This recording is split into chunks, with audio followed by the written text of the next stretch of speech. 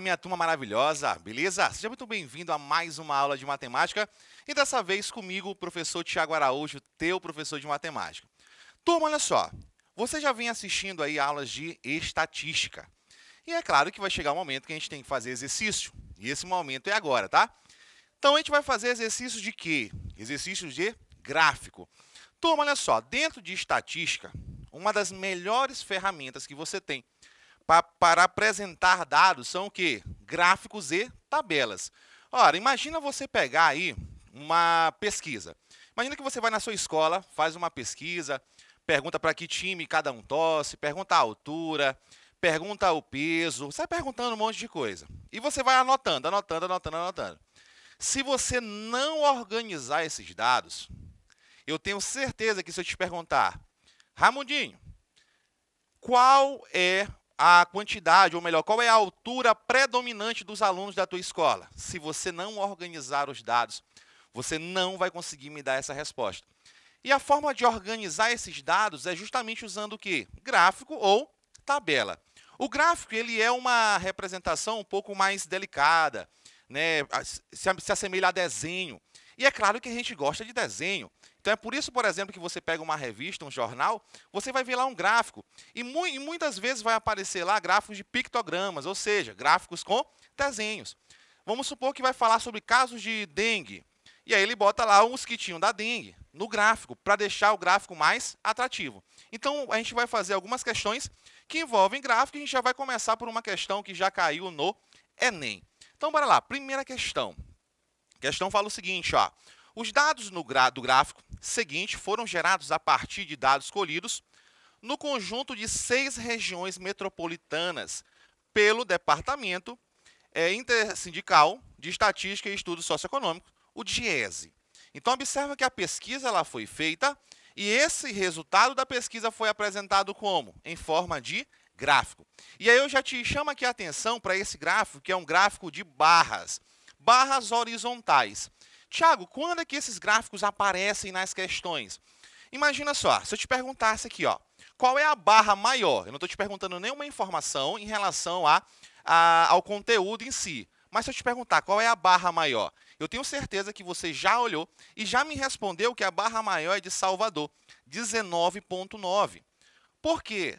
Nesse tipo de gráfico é muito fácil você comparar as informações. Então, quando é que você vai olhar gráficos de barra ou gráficos de coluna?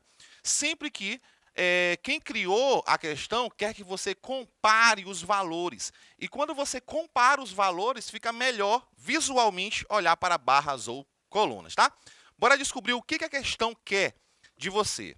De acordo com o gráfico, qual capital apresenta o menor índice de desemprego? Observa que eu ainda não olhei o gráfico, só olhei as barras, mas a pergunta é, de acordo com o gráfico, qual capital apresenta o quê? O menor índice de desemprego. Então, eu vou buscar o menor. Observa que ele já te perguntou o que é o menor. Por quê? Porque ele sabe que é fácil você olhar no gráfico e comparar as barras. Então, vamos lá. Ó. Toma, olha o que eu tenho aqui. Ó. Taxa de desemprego das regiões metropolitanas em março de 2010. Ele falou de índice. Vamos voltar aqui. Ó. Qual é o menor índice de desemprego? Índice ou taxa de desemprego vai ser a mesma coisa aqui. Se eu quero o menor, eu vou procurar o quê? A menor barra. E ele foi mais legal ainda, que além das barras, ele colocou os valores. Aí ficou mais fácil. Eu tenho, por exemplo, São Paulo com 13,1, Salvador com 19,9, que é o maior. Eu tenho Recife com 19,3, Porto Alegre 9,8, Belo Horizonte 10,2, Distrito Federal 14,7. Só pela numeração, eu já conseguiria dizer o quê? Que Porto Alegre é o que tem o menor índice, a menor taxa é 9,8. Só que olhando para as barras, ó, eu tenho maior, aí vem diminuindo. Belo Horizonte e Porto Alegre, as barras estão bem parecidas. Mas como eu tenho essas linhas verticais, observa que Belo Horizonte passa da linha e Porto Alegre não passa. Então, se ele não colocasse os números, mesmo assim eu conseguiria dizer que é quem? Porto Alegre, o lugar onde tem o menor índice de desemprego.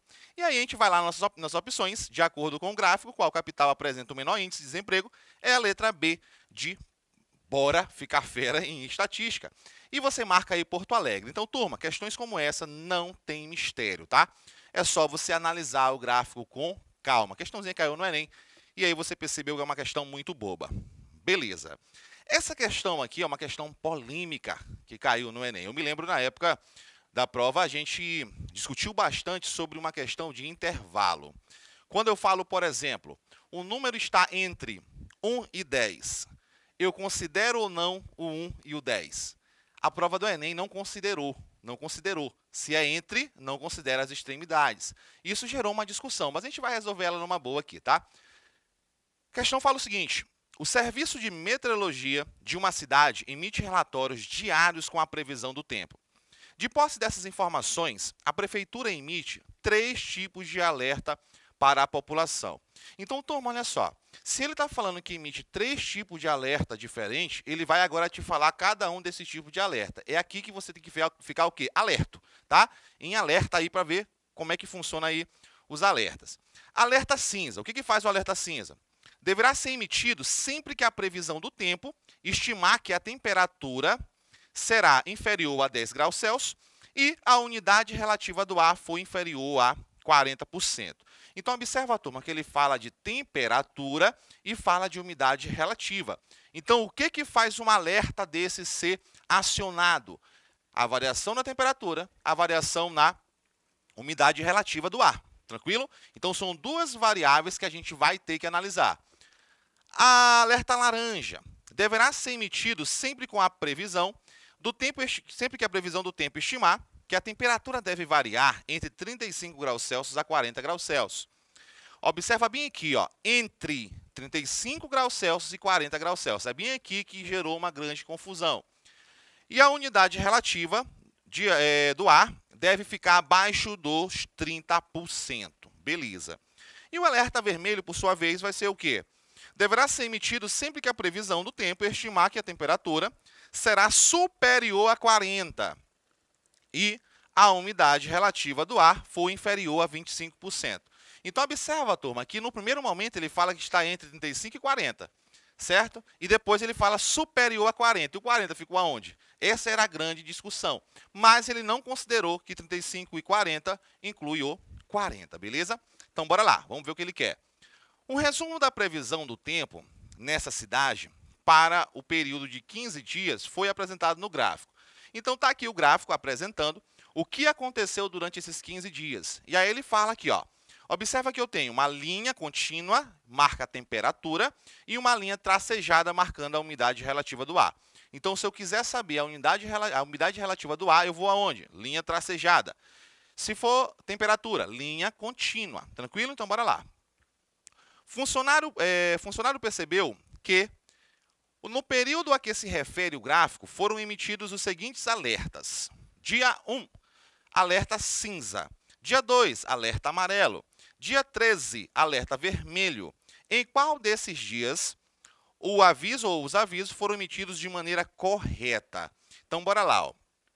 Turma, primeira coisa que a gente vai observar é o dia 1. Tiago, não tem aqui embaixo nos dias o número 1, mas eu sei que esse número 1 está onde? Entre 0 e 2, exatamente no meio. E está aqui, ó, entre 0 e 2. Observa que aqui na esquerda, na temperatura, você está de 20 em 20, mas eu sei que entre o 20 e o 0 eu tenho 10. E a temperatura do dia 1 está abaixo de 10, abaixo de 10. Bora ver o que ele fala para o alerta da temperatura abaixo de 10. Vamos lá, ó. Ele fala o seguinte, ó.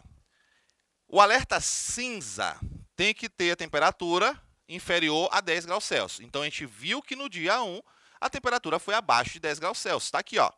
Aqui é o 10 abaixo de 10, tá? Então, tá tudo ok, tudo tranquilo. Beleza. Outra coisa que a gente tem que observar é a umidade relativa do ar. E aí eu vou aonde? Na tracejada. Turma, aqui no dia 1, ó, a tracejada você vai lá em cima. Tá aqui, ó, 30, 40. Está entre 30 e 40, ali aproximadamente ali 35, 36. Bora ver se encaixa nesse alerta. Bora lá, ó. Opa, para cá. Pronto. Ele está dizendo que a umidade relativa do ar for inferior a 40. Turma, 30 e poucos é inferior a 40. Então, tá tudo certo. Temperatura inferior a 10 e umidade relativa inferior a 40%. Tudo ok. Então, quer dizer o quê? Que no dia 1, o alerta foi soado corretamente. Alerta cinza. Alerta cinza, ok. Agora, dia 12, alerta laranja. Alerta laranja. Vamos analisar. Dia 12. No dia 12, você tem temperatura lá em cima. Ó. Temperatura está dando o quê? 40 graus. Aqui que está o perigo. Por quê? Olha só. Olha o que o alerta fala, alerta laranja. Temperatura deve variar de entre 35 e 40. Se você considerar o 40, estaria certo, mas ele não considerou o 40. Logo, esse alerta ele foi errado, tá? Errado, porque eu não considero o 40. Voltando para o gráfico de novo. A gente tem aqui, ó, no dia 13. O dia 13, turma, é entre 12 e 14. Subindo aqui, ó, a gente vai ter mais ou menos lá em cima, temperatura acima de 40 e umidade relativa em 40. Vamos voltar aqui, ó. Temperatura, vamos lá, temperatura acima de 40, ó, superior a 40, e ele fala que a umidade relativa tem que ser inferior a 25? Não. A umidade relativa desse dia foi superior a 25, foi 40%. Logo, o alerta vermelho e laranja não soaram no dia correto. E aí a gente conclui o quê, turma? Que em qual dia foi emitido corretamente? Apenas no dia 1. Apenas no dia que foi o alerta cinza. Nesse dia, deu tudo certo, nos outros tiveram problema e o alerta foi emitido errado, tá? Então, a gente fica aí com a nossa opção letra A de, entendi tudo e vou acertar sempre. Então, bora lá, ó. Próxima questão, mais uma questão do Enem, a gente está resolvendo só questões do Enem nessa aula. E, turma, olha só, na anestesia peridural, como a usada nos portos, o médico anestesista precisa introduzir uma agulha nas costas do paciente que atravessará várias camadas de tecido até chegar a uma região estreita, chamada espaço peridural, que envolve a medula espinhal. A agulha é usada para injetar um líquido anestésico e a força que deve ser aplicada à agulha para fazê-la avançar através dos tecidos é variável. Beleza, a força é variável. A figura é um gráfico do módulo F da força em Newton. A galera da física sabe que a força é em módulo. Em função do deslocamento X da ponta da agulha em mililitro durante a anestesia peridural típica. Turma, olha só, o que eu quero que você entenda é a relação entre a força aplicada e o deslocamento X. Então, observa, turma, que ele já foi claro. Quando ele pega a agulha, ele vai fazendo força para ela ir atravessando os tecidos, de forma que a cada espessura de cada tecido eu vou ter que aumentar a força, diminuir a força, e assim sucessivamente até chegar onde eu quero. E ele quer saber essa relação da força e do deslocamento da agulha. Então, bora lá, ó. Considere que a velocidade de penetração da agulha deva ser a mesma durante a aplicação da anestesia e que a força aplicada à agulha pelo médico anestesista em cada ponto deve ser proporcional à resistência naquele ponto. Turma, o que ele quer dizer com isso? Ora, simples. Observa que a velocidade ela tem que ser constante. Só que vai ter um momento que a barreira vai ser maior. E aí, nesse momento, para eu não diminuir minha velocidade, eu aumento a força. Estou indo aqui, ó. Opa, resistiu, aumento a força, continua na mesma velocidade. Então, para garantir a velocidade igual, eu vou aumentando a força cada vez que o tecido resistir um pouco mais à agulhada lá do anestesista. Beleza. E aí ele apresenta aqui o gráfico que mostra a relação da força com o deslocamento. Então, observa ó, que a força ela vai aumentando, aumentando, chega um momento ela diminui, depois ela aumenta, depois diminui, continua igual e assim vai. Beleza? Então, bora lá. Ó.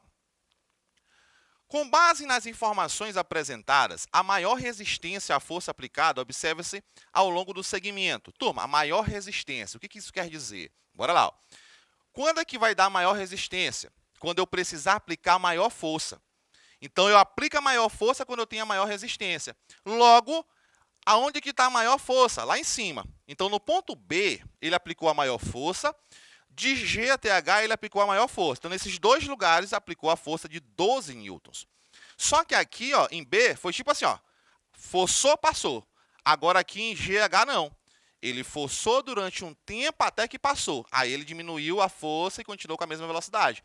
Então, de G até H, foi o período que ele teve mais resistência.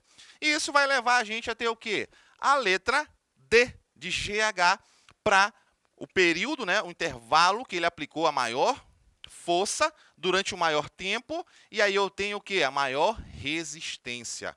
Tranquilo? Então, beleza. E para finalizar nossa aula, a gente vai para a quarta questão. Então, turma, vamos lá. Ó. De acordo com a Organização Mundial de Saúde, OMS, o limite de ruído suportável para o ouvido humano é de 65 decibéis.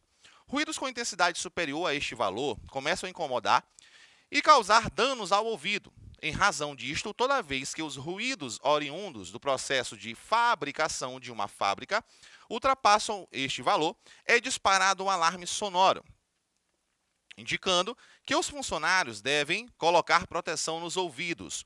O gráfico fornece a intensidade sonora registrada no último turno de trabalho dessa fábrica. Nele, a variável D indica o tempo e indica a intensidade sonora medida em decibel. E aí, beleza. Turma, olha só. Quero que você entenda o seguinte. Eu vou dar um relato meu, pessoal. Eu trabalhei durante 12 anos numa empresa onde a gente era submetido a uma intensidade muito grande, né? Um barulho muito grande, né? Uma intensidade sonora muito grande. E isso afeta o quê? Afeta a audição. Então, eu e outros colegas, todos nós temos uma perca aí de audição por conta dessa exposição durante muito tempo. Então, sempre que ultrapassa esse limite de 65 decibéis, como fala a questão, você precisa estar com um protetor auricular. E aí a gente não tinha esse costume de estar utilizando constante e a gente acabou sendo um pouco prejudicado. Isso aí é um problema seríssimo, tá? Então, sempre quem trabalha com exposição muito grande a ruídos precisa se proteger utilizando o protetor auricular, tá? E aí ele fala o seguinte, que durante um dia foi registrado esses picos aí de intensidade sonora. E ele está falando, turma, uma coisa muito importante que eu quero que você perceba aqui, ó. Nele, a variável T. Quando ele fala variável, eu já sei que ela o quê? Varia. Então, o tempo varia. E aí ele fala a intensidade, ou seja, ele colocou no gráfico a intensidade variando no decorrer do tempo. Então, é intensidade em função do tempo. Então, eu tenho aqui uma função que vai me gerar um gráfico. Tiago, mas gráfico, função, estatística, tem a ver? Claro que tem a ver. A função, ela determina o quê? Um gráfico. E esse gráfico vai representar um fenômeno que, no caso, é a intensidade sonora. Tranquilo? Então, tem tudo a ver uma coisa com a outra. Vamos lá. De acordo com o gráfico, quantas vezes foi necessário colocar a proteção nos ouvidos nos últimos dias do trabalho? Turma, olha só. Eu quero chamar a tua atenção para questões do Enem. As questões do Enem são questões contextualizadas. Observa que, na verdade, ele poderia ter colocado só o gráfico e perguntado assim, quantas vezes o gráfico passou pela linha tal? E você conseguiria acertar do mesmo jeito, mas as questões são contextualizadas. E aí ele fala assim, ó, de acordo com o gráfico, quantas vezes foi necessário colocar a proteção? E aí você vai perguntar, mas como é que eu vou saber quantas vezes foi colocada a proteção? E aí tu volta no texto. Turma, o ouvido humano, ele suporta aqui, ó, 65 decibéis. E aí ele fala o quê? Que toda vez que ultrapassar esse limite, o alarme é acionado. E se o alarme é acionado, eles vão ter que fazer o quê? Botar o protetor. Então, eu chamo a tua atenção aqui para a interpretação textual. Parece que matemática e português não tem muito a ver, mas tem tudo a ver. Quem não domina a interpretação de texto não consegue responder questões do Enem de matemática, porque as questões são interpretativas. Então, você precisa entender. Então quer dizer que toda vez que passar de 65, o alarme vai soar e eu vou botar o protetor. Então, eu vou procurar o quê? No gráfico, situações onde passam de 65 decibéis. Aí fica fácil, né? 65 está aqui, ó. Em quais momentos passa de 65, ó? Passou a primeira vez, uma, depois passou de novo, duas, depois passou de novo, três. Em todas as outras situações, não estava acima de 65. Observa que no tempo 3, chegou a 65, mas não passou, então tudo bem, não vai soar alarme. No tempo 4, por exemplo, chegou em 65, não soa, mas na hora que passou, ó, alarmezão, pum, soa para você botar o protetor auricular. Então, quantas vezes passou? 3 vezes, isso vai me levar à resposta da letra D. Então, muito, muito simples. Então, o gráfico maior aqui, ó, 1, 2, 3 vezes passou de 65 decibéis, beleza? E a gente marca a letra D de chegou a hora de finalizar a nossa aula. E aí eu te agradeço muito por estar aqui. Até a próxima aula. Tamo junto. Um forte beijo, um abraço. Tchau e fui!